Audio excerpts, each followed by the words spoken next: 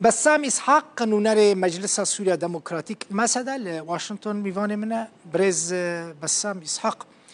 بخير هاتي خازم في دست بي که بزانم مدید يعني روجا پنجشنبه سروک امریکا جو بايدن رخ نکر و ترکی را گوت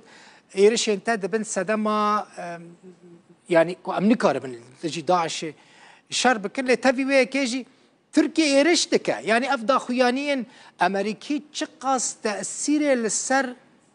ايرشين امريكا ايرشين تركيا للسر روش افادكن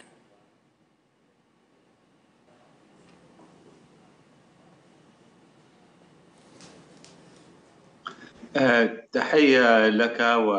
سلاف ليت و بينرن روداوبن طبعا هذه الهجمات هي يعني اف ايرش وقت يكو جيان راوستيت لآلية كيبه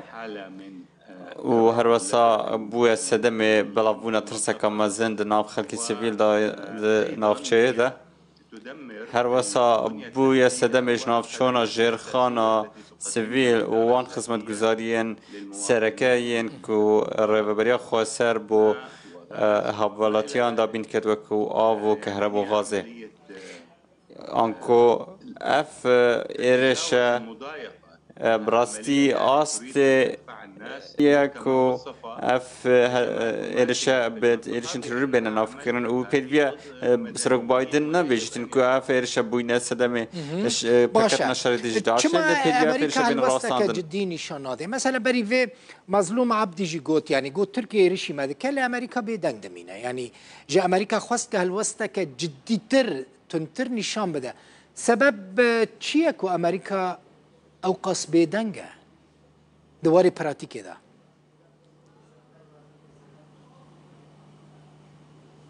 يعني من الناحية العملية يعني جالية براكتيكي و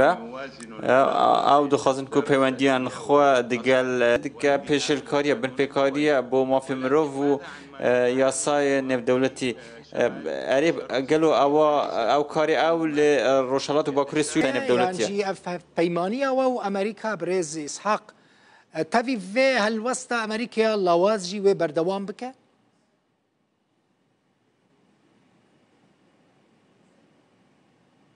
امريكا تقول لنا على انها امريكا جمره دبيجاكو او بابندن ب هفه امریکا پابند بکتن اوجی پرزگریکه ما دخواست کریا کو بیانه که زلال هبه کو وان ایرشان سر کنه بکن شرمزار بکن و سوش مردان کو و بیانه درک کن دماغه که نزیک ده بز اسحاق تشتی کد بیانه دا بیجه لگور نرینا تا وید پراتیکه دا جی لسر عرده پیک بینه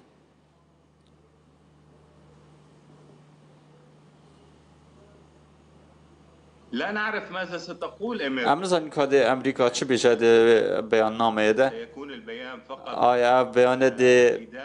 تنیس شرمزار کردن بیتن با وان کار نمرو وان اونیاسای ترکیه آنجی ده داخازیک ده بیتن دا کو دست دم و دست اف ایرش بسر نافچین مبینه وستاندن. پیوندی و روسان چوانه.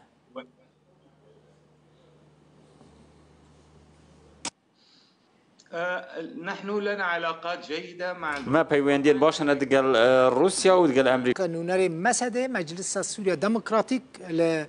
لواشنطن ميواني مبوي